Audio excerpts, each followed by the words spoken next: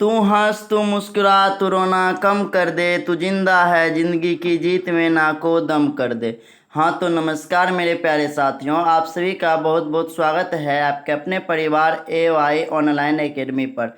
आज के इस वीडियो में हम इंटर फाइनल परीक्षा 2025 के लिए जो है 12th हिंदी के चैप्टर 4 अर्धनारीश्वर के जो है ऑल VVI ऑब्जेक्टिव क्वेश्चन को करेंगे, जो कि आपके एग्जाम 2025 के लिए जो है काफ़ी महत्वपूर्ण है। तो चलिए बिना देरी के जो है वीडियो को स्टार्ट करते हैं।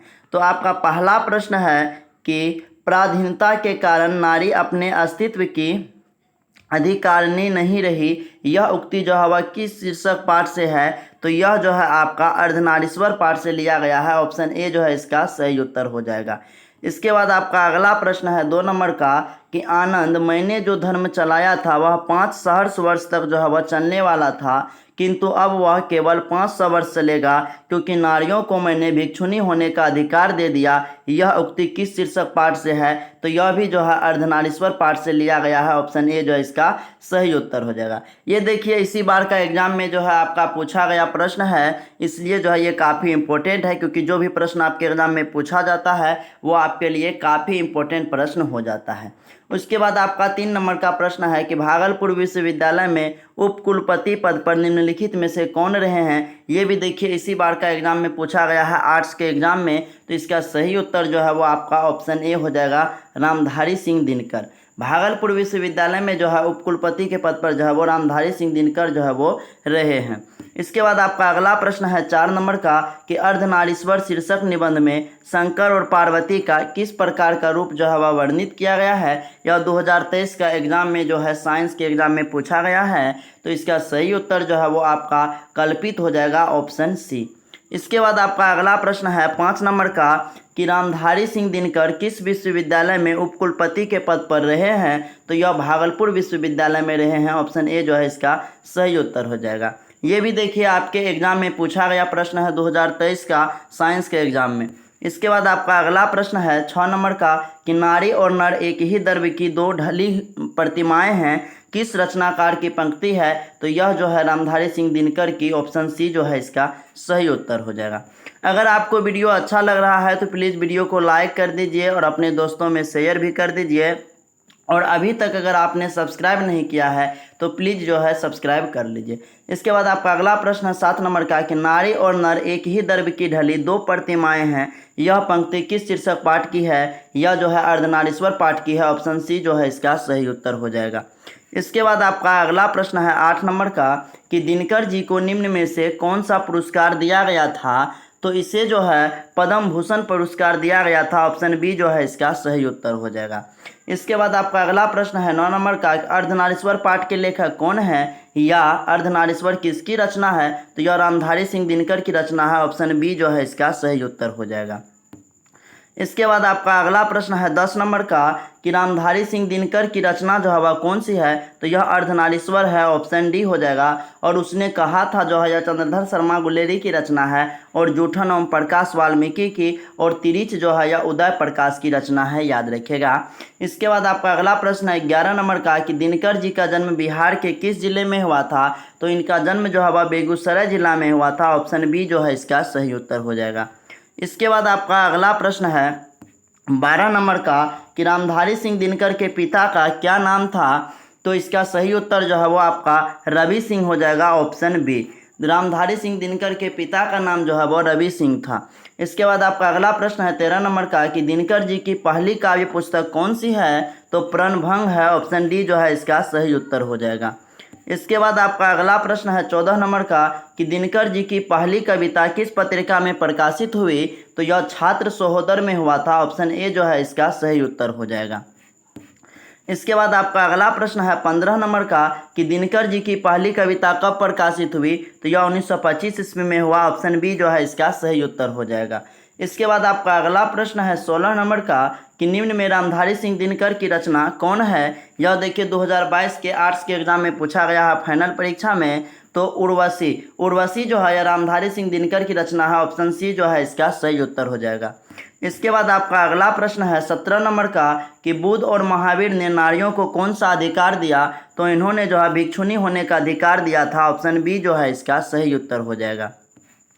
इसके बाद आपका अगला प्रश्न है 18 नंबर का कि पुरुष जब नारी के गुण ले लेता है तब वह देवता बन जाता है, किंतु नारी जब नर का गुण सीखती है तब वह राक्षस हो जाती है। यह किसका कथन है? तो यह जो है प्रेमचंद जी का कथन है। ऑप्शन सी जो है इसका सही उत्तर हो जाएगा। इसके बाद आपका अगला प्रश्न है 19 नंबर का, अर्धनारीश्वर का किस विद्या से संबंध है? तो यह देखिए 2018 के फाइनल परीक्षा में आर्ट्स के एग्जाम में पूछा गया, 2020 में, उसके बाद 2022 में, तो ये काफ़ी इंपॉर्टेंट प्रश्न है। तो ये देखिए अर्धनारीश्वर का जो है निबंध से संबंध है। ऑप्शन ए जो है इसका सही उत्तर हो जाएगा। इसके बाद आपका अगला प्रश्न है 20 नंबर का कि अर्धनारीश्वर शीर्षक पाठ में कौन स्वयं विदित बन गया और नारी को उसने कली मान लिया? तो पुरुष। ऑप्शन डी जो है इसका सही उत्तर हो जाएगा। ये भी देखिए 2022 के परीक्षा में पूछा गया है। इसके बाद आपका अगला प्रश्न है 21 नंबर का कि नारी तो हम हूँ करी तब न किया विचार, जब मानी तब पड़ी हरी नारी महाविकार। यह पंक्ति जो है यह किस पाठ से है? यह भी 2022 के परीक्षा में पूछा गया प्रश्न है। तो यह भी जो है अर्धनारीश्वर से है। ऑप्शन ए जो है इसका सही उत्तर हो जाएगा। इसके बाद आपका अगला प्रश्न है 22 नंबर का कि निम्नलिखित में कौन सी रचना दिनकर जी की नहीं है? देखिए उर्वशी ये तो है, रश्मि रथी भी है, और इसके बाद जूठन। जूठन देखिए ये इसकी रचना नहीं है क्योंकि यह जो है ओम प्रकाश वाल्मीकि जी की है। तो ऑप्शन सी जो है इसका सही उत्तर हो जाएगा। और इसके बाद कुरुक्षेत्र भी जो है रामधारी सिंह दिनकर की ही रचना है। इसके बाद आपका अगला प्रश्न है 23 नंबर का कि निम्नलिखित में कौन सी रचना दिनकर जी की है? तो इसका सही उत्तर हो जाएगा परशुराम की प्रतीक्षा। Option B. इसके बाद आपका अगला प्रश्न है 24 नंबर का कि दिनकर को किस कृति पर भारतीय ज्ञानपीठ पुरस्कार प्राप्त हुआ अथवा ज्ञानपीठ पुरस्कार से सम्मानित रचना है? ये देखिए आपके 2019 के साइंस के एग्जाम में, 2019 में ही कंपार्टमेंटल के एग्जाम में, साइंस के एग्जाम में पूछा गया है। तो उर्वशी हो जाएगा। Option B. दिनकर जी को जो है उर्वशी की रचना पर जो है भारतीय ज्ञानपीठ पुरस्कार जो है वो प्राप्त हुआ था। इसके बाद आपका अगला प्रश्न है 25 नंबर का कि युद्ध और शांति की समस्या पर लिखी गई काव्य कृति है? तो यह कुरुक्षेत्र है। ऑप्शन बी जो है इसका सही उत्तर हो जाएगा। इसके बाद आपका अगला प्रश्न है 26 नंबर का कि अर्धनारीश्वर कल्पित रूप है किसका? तो आप सभी को पता है कि शिव और पार्वती का। ऑप्शन ए जो है इसका सही उत्तर हो जाएगा। ये भी देख सकते हैं काफ़ी बार आपके एग्जाम में पूछा गया है, इसलिए ये काफ़ी इंपॉर्टेंट है। इसके बाद आपका अगला प्रश्न है 27 नंबर का कि गांधारी थी, तो गांधारी जो थी यह दुर्योधन की मां थी। ऑप्शन ए जो है इसका सही उत्तर हो जाएगा। इसके बाद आपका अगला प्रश्न 28 नंबर का प्रेमचंद थे। प्रेमचंद क्या थे? तो यह एक कथाकार थे। ऑप्शन बी जो है इसका सही उत्तर हो जाएगा। इसके बाद आपका अगला प्रश्न है 29 नंबर का कि दिनकर का जन्म जो है यह कब हुआ था? तो इसका जो जन्म है वह 23 सितंबर 1908 ईस्वी को हुआ था। ऑप्शन ए जो है इसका सही उत्तर हो जाएगा।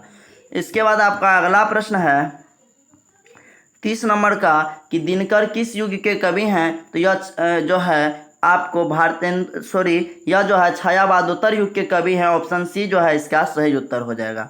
इसके बाद आपका अगला प्रश्न है 31 नंबर का कि संस्कृति के 4 अध्याय किसकी कृति है? तो यह जो है रामधारी सिंह दिनकर की कृति है। ऑप्शन डी जो है इसका सही उत्तर हो जाएगा। इसके बाद आपका अगला प्रश्न है 32 नंबर का, जो कि इस चैप्टर का लास्ट प्रश्न है कि कौन सी कृति रामधारी सिंह दिनकर की लिखी हुई है? तो यह जो है शुद्ध कविता की खोज है। ऑप्शन ए जो है इसका सही उत्तर हो जाएगा। तो इस चैप्टर में आप लोग जो है यानी कि चैप्टर 4 क्लास 12 हिंदी का 32 प्रश्न किए, और 32 प्रश्न में से आपको कितना प्रश्न याद था कमेंट बॉक्स में ज़रूर बताइएगा। और अगर आप इससे पहले वाले चैप्टर यानी कि पहला, दूसरा और तीसरा चैप्टर का वीडियो जो है ऑब्जेक्टिव वाला नहीं देखे हैं तो मैं उनका प्लेलिस्ट का लिंक जो है डिस्क्रिप्शन में दे दूंगा, आप लोग वहां जा कर के जो है देख सकते हैं। तो वीडियो को यहीं पर एंड करते हैं। आई होप कि आपको ये वीडियो बहुत ही अच्छी और बहुत ही हेल्पफुल लगी होगी।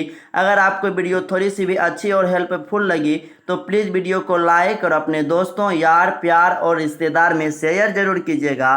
साथ ही अगर आपने अभी तक अपने परिवार AY ऑनलाइन एकेडमी को सब्सक्राइब नहीं किया है तो प्लीज़ सब्सक्राइब कर लीजिए। तो जय हिंद, मिलते हैं आपसे नेक्स्ट वीडियो में, तब तक के लिए बाय।